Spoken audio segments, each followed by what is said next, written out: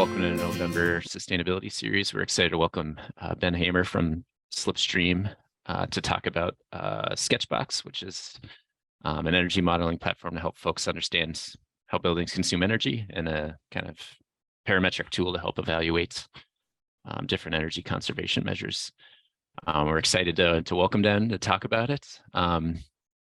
As usual, if we could have folks maybe type questions in the chat through the presentation, and then we'll have some time for kind of group Q&A at the end as well. That'd be wonderful. I will share the recording of this and a couple slides from today's presentation. And we'll also include a link in here so folks can look at the tool as Ben is working through his presentation as well. But overall, just want to thank everyone for being here. I'm excited for this. And yeah, take it away, Ben. All right, thanks, Kevin. So yeah, my name is Ben Hamer. I'm a professional engineer. I've been in the energy efficiency industry for a long time, and I've worn a lot of different hats as a energy consultant, as a working for an architecture firm, MEP firms, design build contractors. So done a lot of different jobs, and really excited about our current project here, which is called Sketchbox. And the goal of this really is to get energy modeling into the hands of more people, expand the user base of people who are able to use energy models to make design decisions, especially early on in the design process, and just make this generally more used and more available for all different kinds of projects. It's been around for a long time, and it's often used to optimize, really high profile projects like, university buildings and hospitals and things with really big budgets and really sophisticated design teams. But it's really being underutilized, I think, for a lot of the smaller projects, spec office buildings and other, retail buildings and schools, and just all kinds of projects can benefit from model-based design. And I'm really excited about this tool because it gives us an opportunity to just expand the use and get that in the hands of more people, and show people how they can make their buildings more efficient or decarbonize their buildings without really adding a lot of additional cost to the project. So I'm Director of Engineering here at Slipstream, lead a team of engineers out of our Chicago office. We do a lot of work for programs. We run utility programs for energy efficiency. We do research. We do some education and some policy work as well. A few years ago, we worked with the Mayo team on the Generos facility expansion, where we worked with the ownership group really early on to set energy targets for the performance of the building, and that really drove a different kind of architecture and design philosophy that might have been done status quo, and I think resulted in a really cool building, and much more efficient than that would have otherwise been. So hopefully we can apply the same sorts of strategies and lessons on all kinds of projects. So without further ado, we'll kind of get into some of that discussion.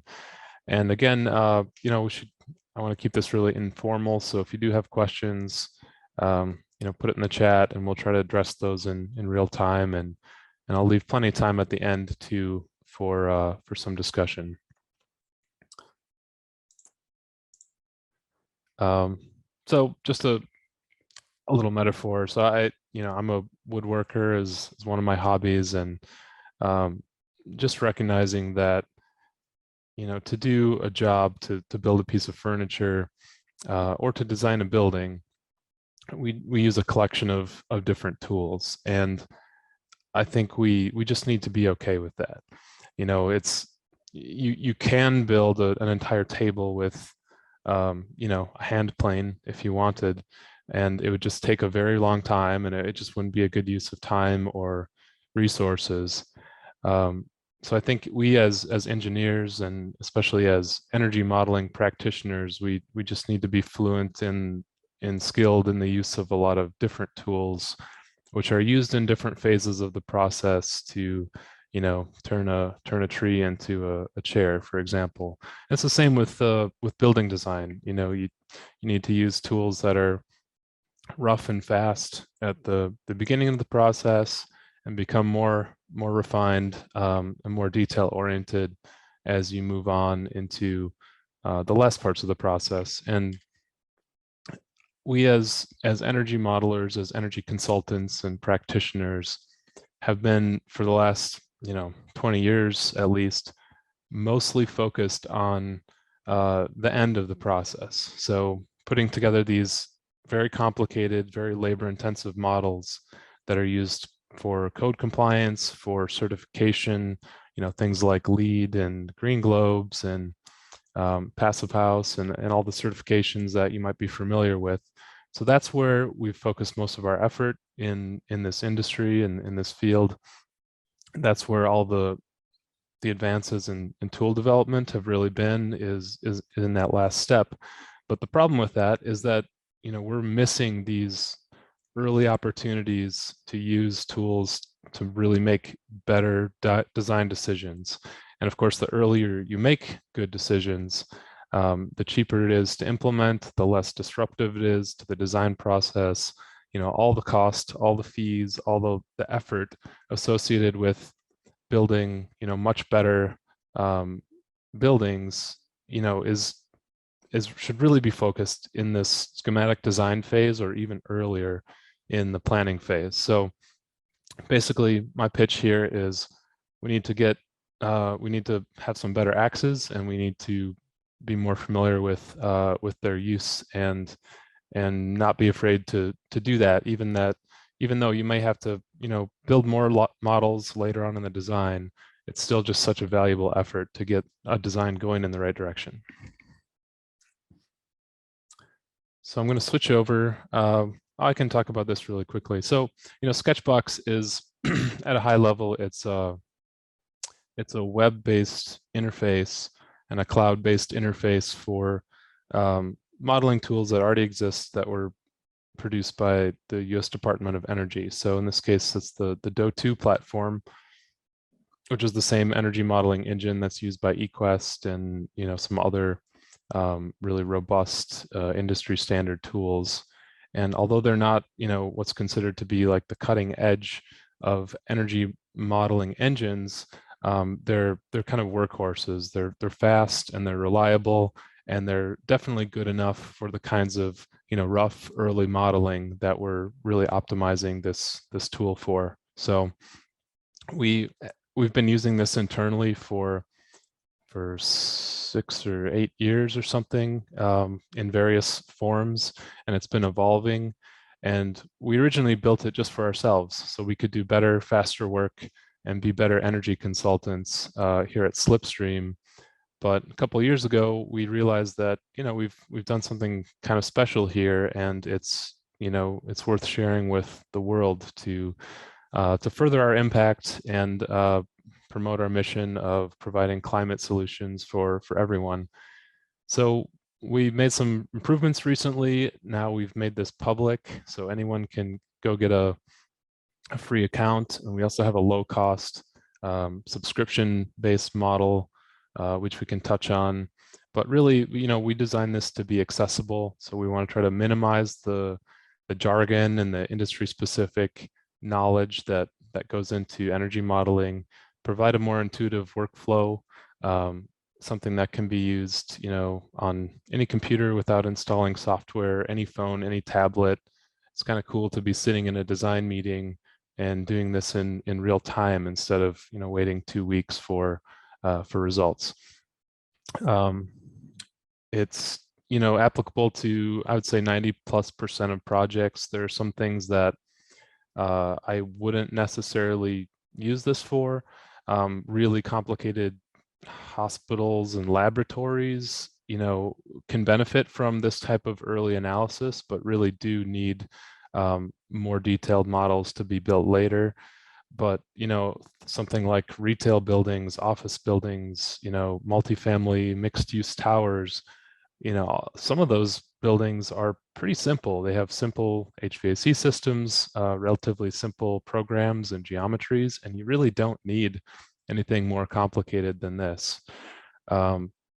We also try to validate all of the inputs and outputs of these models so that it's really, I would say, almost impossible for a user to break the tool. I spent a lot of long nights in the office, trying to debug my energy models like the night before a presentation or a paper is due, and that's no fun. And it, that doesn't add any benefit to to the client to be spending all your time debugging software rather than acting as a good consultant. So again, fast speed is important, getting results in real time as these designs evolve, and making it actionable through built-in processing and really detailed results that go above and beyond what we're used to seeing from energy analysis. So anyway, the link is below. I encourage you to check it out and create an account and play around. So let me switch over to the tool. I guess I can just show you this landing page here too briefly. So this is a summary. We've got some video content, some descriptive content, link to the tool. I can just touch on the pricing here. So again, you can get a basic version of this for free. And we've tried to make our standard or subscription offering very low cost. So it's only $149 per year to get more shells or program elements of the building, which we'll touch on in a bit. You get the access to the raw or the native DOE2 engine files, so you can, it's not a black box. There's no questions about how things are being done inside the tool. You can go poke around for yourself using other free software, and we can also, customize this for utility partners or PACE financing partners or anyone that wants to do something special with this tool. That's also an option. So let's I'm just going to refresh, and we'll start with a fresh model, and you can see how this works. So again, this is just a website. Here on the home screen, we have the ability to define a new project. So let's just build a new one. I'll zoom in a little bit more just so it's clear for everyone's screen. So we can select a location. Let's select Rochester. What energy code are you all working with at the moment? Anyone want to chime in? 2016, I think. Okay. So yeah, so ICC 2018 with ASHRAE 2016 as the compliance pathway. Perfect. Okay. So we have the ability to define a few things here: financial information, emissions ratios, site to source ratios. One thing to note here is that part of this intuitive dynamic workflow is these dynamic defaults. So any text that's in blue, like cost of electricity here, this is being pulled from a database of other, based on your inputs. So right now, 9.9 cents per kilowatt hour for Minnesota. That's the EIA average.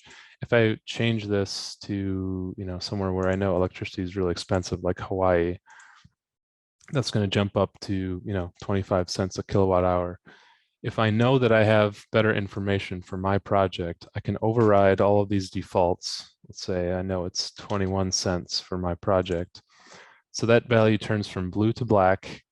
It no longer is tied to the location. So if I change back to Rochester, It stays at 21 cents. If I want to restore that default, there's a little recycle symbol here, and I can do that. So again, trying to make things as easy as possible and automate a lot of the looking up that we need to do to define these buildings, define these values.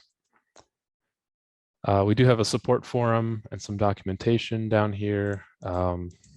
We have the ability to save and reload projects. There's a couple ways to do that. You can save it to the cloud, or you can save it to a file that you can share with other users or send to support request or something like that. And again, if you're a paid user, you have access to the archive. In other words, all the input files to Do2. All right, so moving on to the fun part, which is building a building. And yeah, let's continue to make this interactive if it's possible. Does anyone have a building project that they're thinking about or working on that we can start with?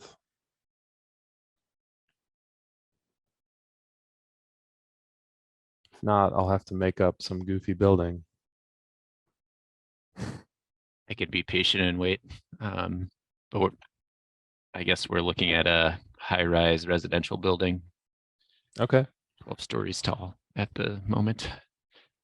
All right, let's go with that. So multifamily, residential. So we have a few things we can do here. One is you can have different building components. Like I imagine there's probably a parking component to this.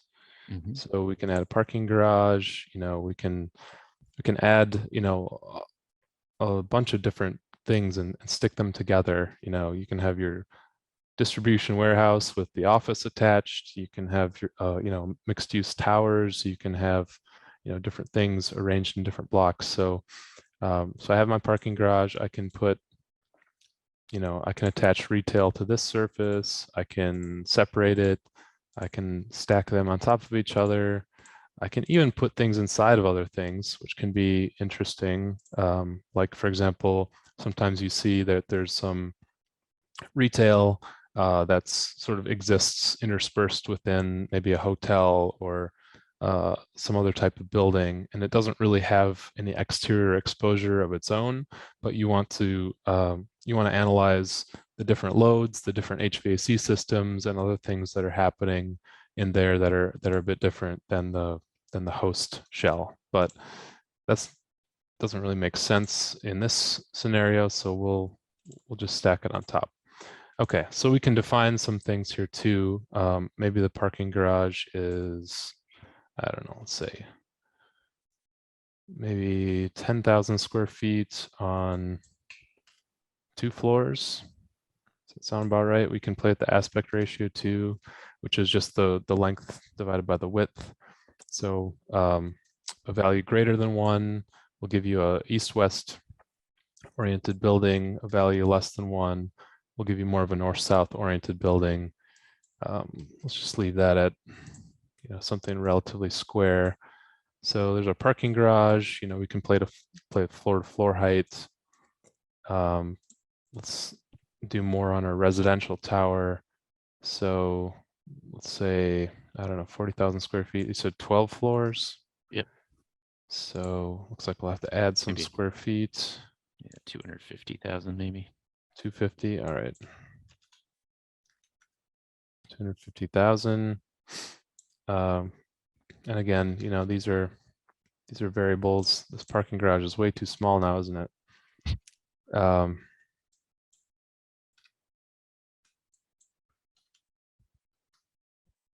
That's more like it.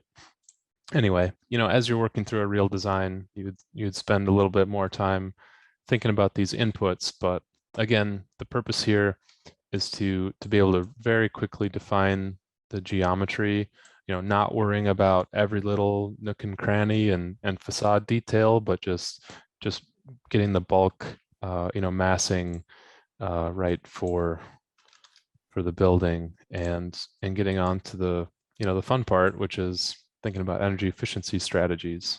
But before we're done there, we have the ability to select some different types of walls and roofs, fenestration, window to wall ratio is something that you can vary by facade, and you do get some visual indicators there. So starting with 40% is usually a good thing. We can have skylights. That probably doesn't make sense for a multifamily building, but that is possible. And then we can start defining our HVAC system. So what are you thinking? Is this natural gas or electric heat? We're hoping for electric heat pump system. Yeah. Okay.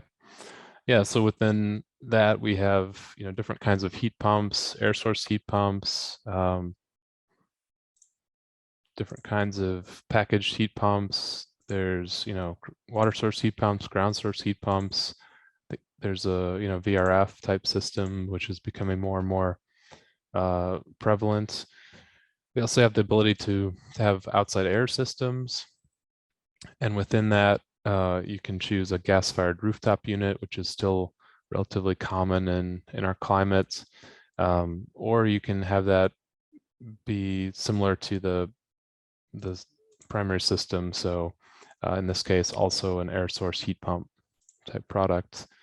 For domestic hot water, you can select natural gas, electricity, or heat pump, and define your water consumption. So we did the office. Switching over to the parking garage. Here we have a few more options. Maybe that's too much glass for the parking garage. We can reduce that. We can serve that with, like an electric heating, probably a heating only system would make sense for that.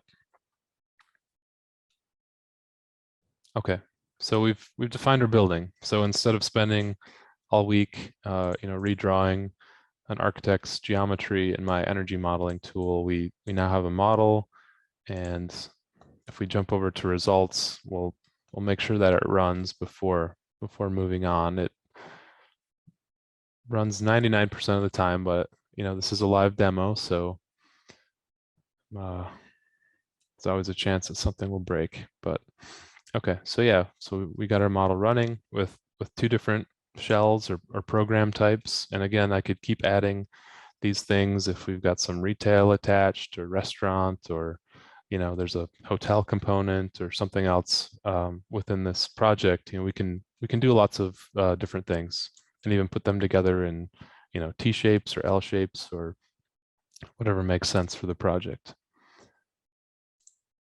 So moving on to schedules. By default, we're just loading up schedules from like the ASHRAE handbook. So for a residential property, we've got this inverse occupancy profile, some different profiles for ventilation, lighting, hot water use. You can just choose to use these, which I do for most things. But you also have the ability to define your own simple schedule, which, especially for something like retail or manufacturing, might make sense to just know that, this is a 6 a.m. to 11 p.m. parking garage, and then you get a simple ramp up, ramp down kind of function with the ability to like specify your min values and max values and play with those a little bit. This is also where you can adjust your temperature set points if different than a typical building operation. But again, this is intended to be really easy, and mostly you can just accept the ASHRAE schedules and move on.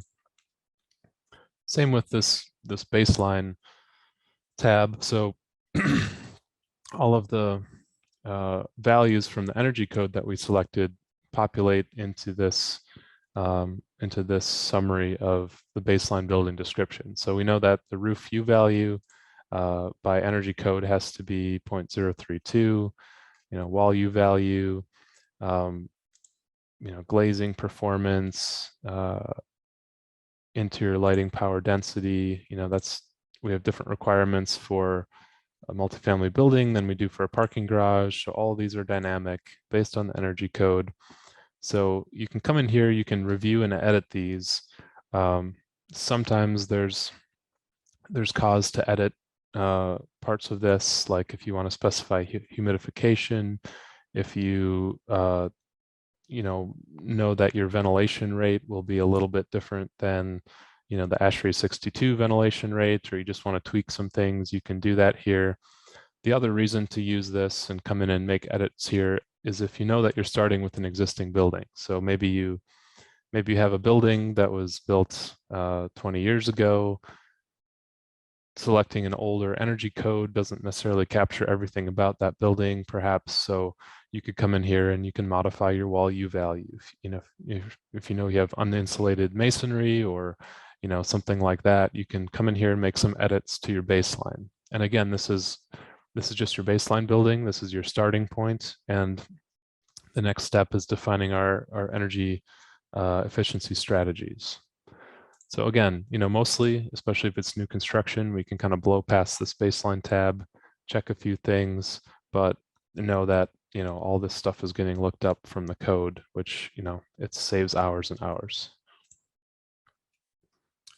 So measures, you can create a measure based on just about any parameter in the tool. And so we can talk about that real quickly, because this is a great tool, a great way to just answer really specific questions about a design. For example, we could say for the glazing, what I really want to know is, can we save some energy by moving glazing around on the building? So, I have to name the measure. So glazing orientations. I want to look at north and south. I don't really care about the parking garage. I just care about residential. So we'll just add that one. So now I'm presented with this kind of a menu. So I started with 40% glass.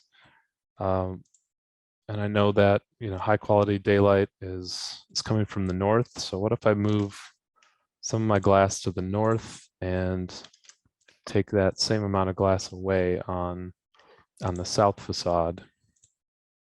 So I can run that. It's going to run a couple models and deliver results, usually within a couple minutes or a few seconds even. Okay, so here, my efforts to move that glass saved about 1% of energy use. So, not inconsequential. And that energy came out of heating, came out of the cooling energy, I think, but did cost me a little bit more in heating. So that's, one specific question that I can answer pretty quickly with something like this. But the other thing you can do is just load up our default measure set, which includes, all the usual suspects for energy efficiency, roof insulation, wall insulation. You can see here, we have kind of a good, better, best interface. So you can select no change, or using the code value, you can select better, you can select best, or you can put in your own custom values. These are pretty easy to navigate to collapse. You can even drag and drop to reorder these and run these measures in a different order. My consulting philosophy usually is to kind of go from outside in.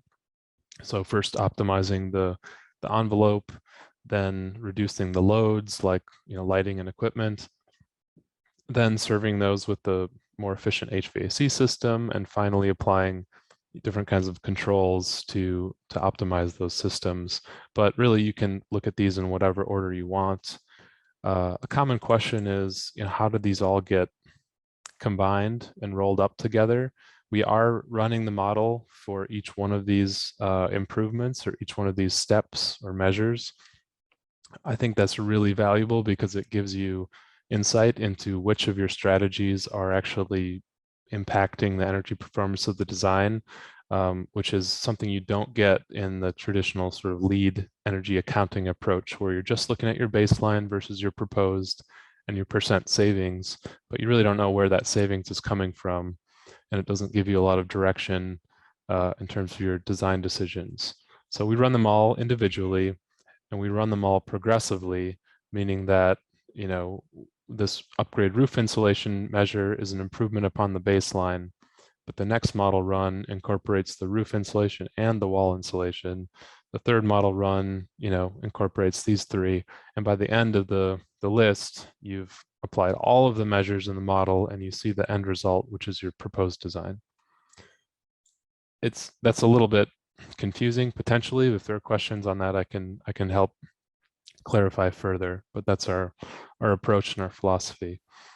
We did have one question in the chat, Ben, around, this seems to be, or at least the example we're looking at is more new construction focused. Is it possible to look at existing building built to an older code and use it for like energy conservation measure evaluations too? Absolutely. Yeah, you'd follow exactly the same process with maybe one tweak. So here, this is the new energy code, the latest energy code. If you were working with an older building, what I would do is I would start with an older code like ICC 2006 or ASHRAE 2004, for example. I would use that as my starting point, or whatever other code you thought was appropriate. I would start there, and then I would spend some time adjusting my baseline values to represent that building as closely as I can, as closely as I have information for, which might involve, calculating some U values for, whatever wall system that you think is there, plugging in values from, let's say, the nameplate of the HVAC equipment that's there, or just some assumption that you found. You can tweak a lot of this stuff. You might not know exactly the lighting power density, but you might be able to estimate it.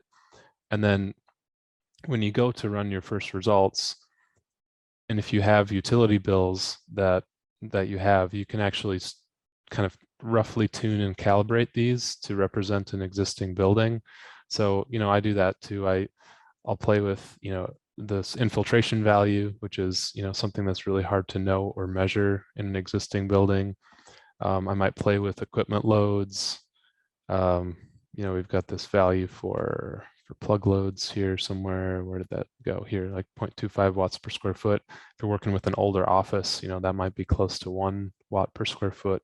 So you can tune some of these lesser known variables to try to line up with some utility data if you have it. And then you've got a great starting point then to start applying some energy efficiency measures in exactly the same way that, we think about new construction. The exciting thing is that your energy savings are just way higher. So that can be fun. Okay, so again, back to this process. So, glazing, maybe I'm not interested in the best glass on the market. I just want the better glass, so I can do that. Just kind of collapse these so it's easier to see some of this stuff. And again, there's some engineering judgment built into these recommendations. So, we know that for, interior lighting power, we can achieve 0.32 watts per square foot. That's like a best practice lighting design. I think that's actually exact same LPD that I was able to achieve in my home renovation a few years ago. And for parking garage, that value is very different. We're starting with 0.15 and going down to maybe 0.06. You can also plug in your own values. Like if you know that, I talked to my contractor, I talked to my lighting designer, and our proposed value is 0.07. You can plug in your own values here. These are just meant to be guidelines and suggestions for target values. We have values for task tuning. If you're not familiar with that, that's just adjusting the maximum light level in your LED fixture, which can save significant energy, especially in like education and office buildings, maybe not so much for residential and parking garage. If you don't like a measure, let's say, for this, maybe task tuning isn't really that relevant, so I can just delete that. Occupancy controls, occupancy controls are required by code in a lot of places, but we can still improve upon those by reducing those time delays, by controlling larger fractions of the installed lighting. So you can look at that and plug in your own values.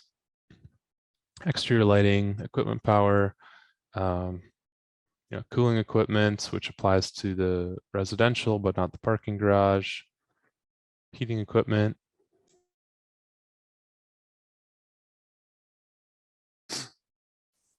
And here, demand ventilation controls. Maybe those aren't really relevant to the residential, so I can delete that.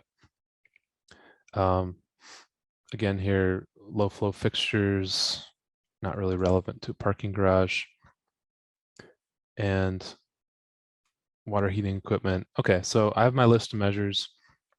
These are the default measures. I can also add my own if I want to look at things like overhangs on the glass, or different ventilation values, or anything. I mean, we can answer all kinds of different questions, but all that gets sent up to the cloud, and we're using in this case 23 different models that are all running, and it'll all come back together, and we'll be able to compile all our results and understand what's driving energy savings in this project.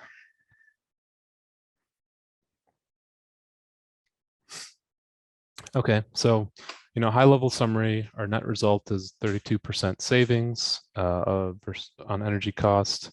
We're using no natural gas. We can see our site and source EUIs and our equivalent CO2 emissions values. One thing I really like about this tool is that all these charts are dynamic. So maybe energy cost isn't my primary driver. Maybe it's CO2 emissions. Maybe it's site energy. So you can change all that. You can even, I'm not sure why you'd necessarily want to, but you can even like hide these chart elements. So this is all pretty interactive.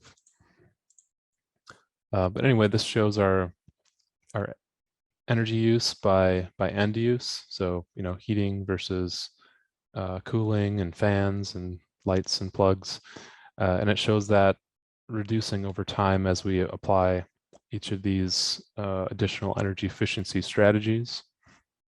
And again, we can, we have some controls here. We can normalize that by square feet. We can save these images for use in our presentations and our reports. This is just a slightly different view. So this is showing the baseline and proposed design by month, which is, kind of nice to see that your heating is happening in winter and cooling is happening in the summer. This is the chart that I by far spend the most time on when I'm consulting with clients. This just shows the incremental energy efficiency impact of each of these strategies in relation to one another. So again, we can change these things if we care about peak cooling load, peak heating load, source energy, CO2, that's all dynamic. And, in this case, improving upon the roof insulation that's already required by code offers us, almost no benefit. So that's something that I would say at this point in the design, we can stop thinking about that. We can stop talking about it. We don't need to worry about the cost of adding new roof insulation because it's not really doing anything for us. Let's move on to more impactful conversations like air sealing, sealing up all the little cracks and penetrations in that building is far more valuable than the roof insulation and the wall insulation in this case. So, that's something that in a conversation with an architect at this point in the design, you can really make a big impact on the performance, and also keep everyone focused on the end result, on the whole building performance, rather than on these little distracting details perhaps. So again, we're at the point of diminishing returns on a lot of these things already for wall insulation, glazing.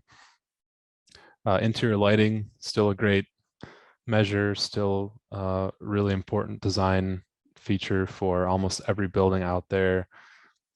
There's definitely an opportunity here to optimize that through some of the control strategies. But maybe, maybe we don't worry too much about exterior lighting controls. We just do what's required by code. Here again, like demand ventilation controls for that parking garage. That's one of the most important things we can do on this project to save energy. So not just do what's required by code, but go above and beyond to make sure that we're delivering no more ventilation than is really necessary to keep the air quality of that parking garage safe. I had a question on that Yeah. one, Ben, in particular. So I think in the measures or whatever you said, demand control ventilation would be for both the residential tower and the parking garage. Is it able to bifurcate that between those two space types to understand the savings for one versus another? Yeah, so I did delete the residential Oh, component of sorry. that. My bad. So that's just the parking garage, but we can actually add, we can go in and add back a separate measure for residential. Let's see. Sorry to throw things at you in real time, but No, thank you. that's It's cool. that's good. So just call it res DCV, only on residential. I'm going to move that down, group it with the other one.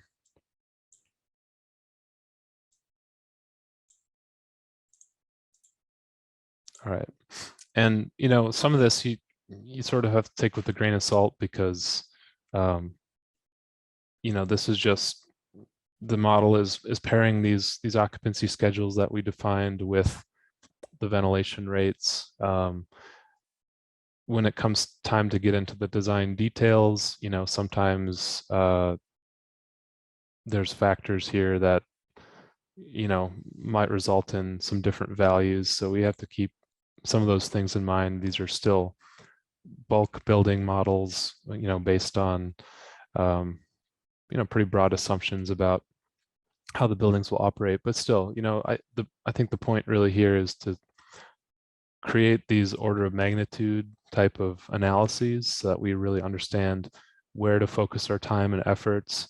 We know that demand control ventilation for the parking garage and also the residential, if that's possible within the mechanical design framework, and is a really great opportunity. So, what I would, as an energy consultant, my takeaway here would be, yeah, for sure, we need to come up with a plan for air sealing. We need to have a really awesome interior lighting design. We should pay attention to the cooling and heating equipment efficiency, certainly, but we should pay more attention to how that ventilation is managed and controlled. And then also, hot water savings here at the end is a significant opportunity here too. So if we can use low flow fixtures, if we can use a heat pump type water heater, that's a big opportunity for this project. And, it's that easy. We've created a model really quickly. We have these actionable results. And this might not represent, every detail in the design, but, this is our axe. This is our first pass. We're kind of roughing out that shape of the building, and these things will be further refined as the design progresses. But, this kind of information is just missing from the early parts of schematic design and of planning for so many projects. And I'm so excited to be able to give people access to this kind of a tool.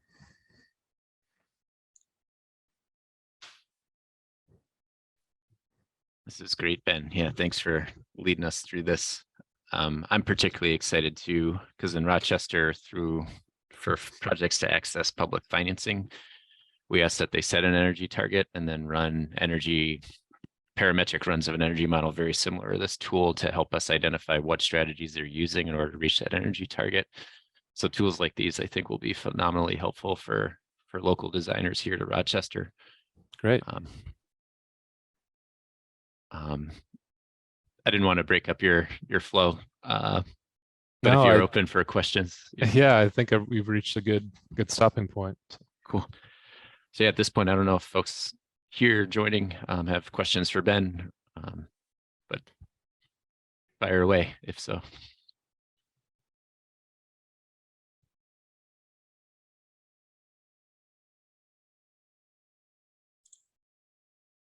I guess I'm particularly interested for some of the designers that are on the call, like Corey or Alex. Perhaps Kate too, given that you answered that energy model or that energy code question pretty readily. Is a tool like this helpful? Is this something they're already using as part of your practice? Those are some initial curiosities I have.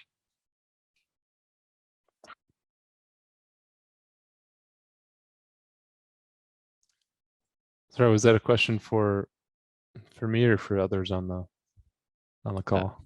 I was trying to call a couple people out who are on the call. Okay, yeah. They're ignoring me.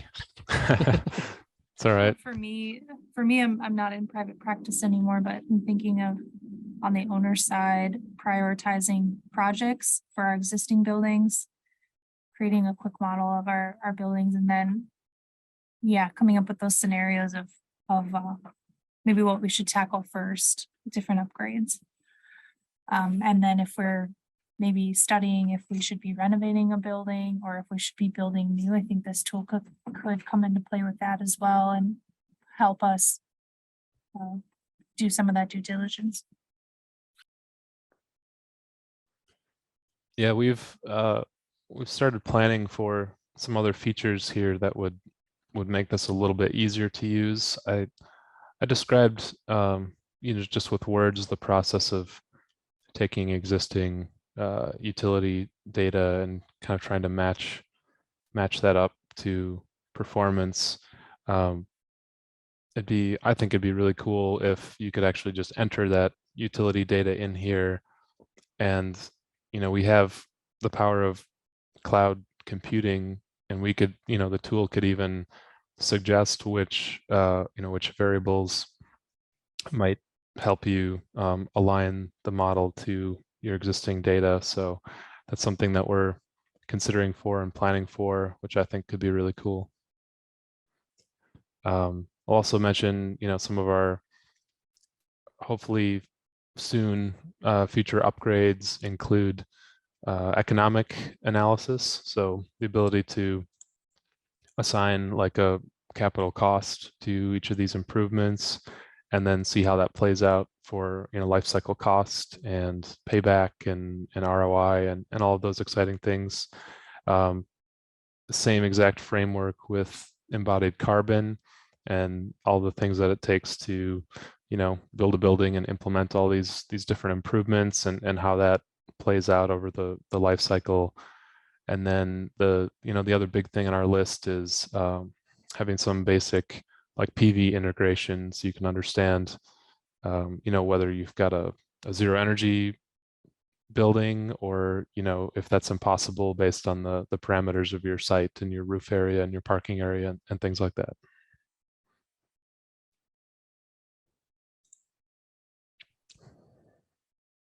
So encourage we you got a to question in the chat too, Ben. yeah. Since it's saved in the cloud, would the model created be private or could it be viewable by others? No, so it's you have your own cloud directory. So like, these are my list of projects. No one else can see my projects unless I download this file physically to my desktop and email it to someone. That's the only way to share projects currently.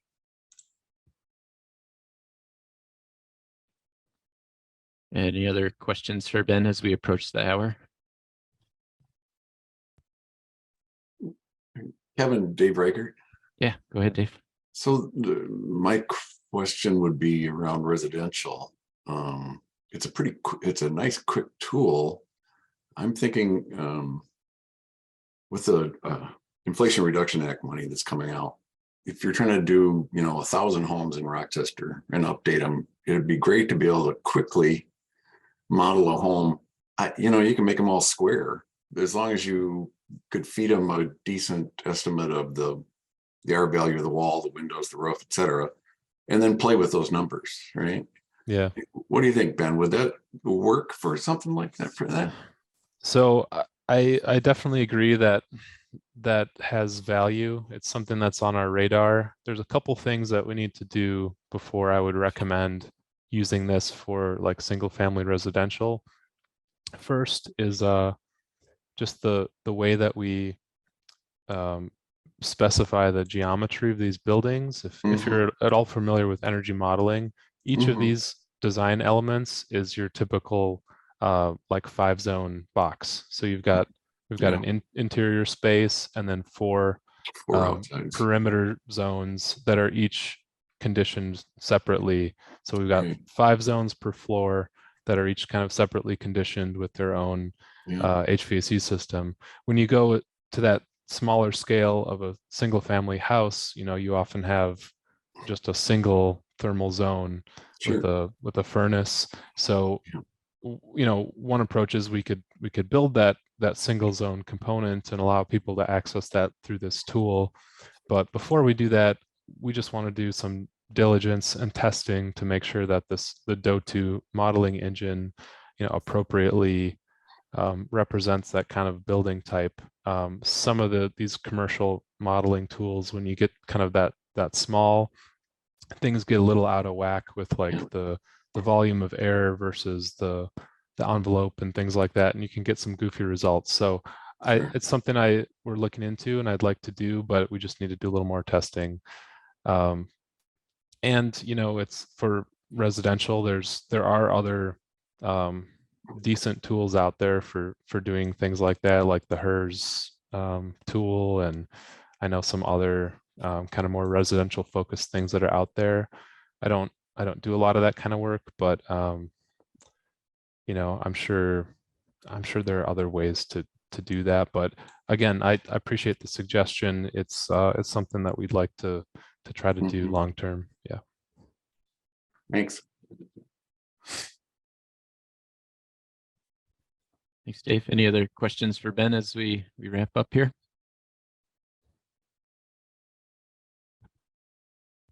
Well, hearing none, Ben, that was a pretty amazing tool. Thank you for this presentation. I'm also excited to see some of those improvements, or not improvements, but additions you were mentioning around embodied carbon and cost scenarios too. I think that would be super helpful. But yeah, I'm excited to dig in. The energy nerd in me is excited here. So appreciate you walking us through it. And I do know it will have relevance here in Rochester. So I appreciate the time. Awesome. Yeah. Thanks a lot for having me. Sounds great. All right. Well, thanks everyone for joining, and we'll wrap up. And we'll be here next month to hear about some solar lease agreement opportunities to learn about. So thanks, Ben. Thanks. Bye.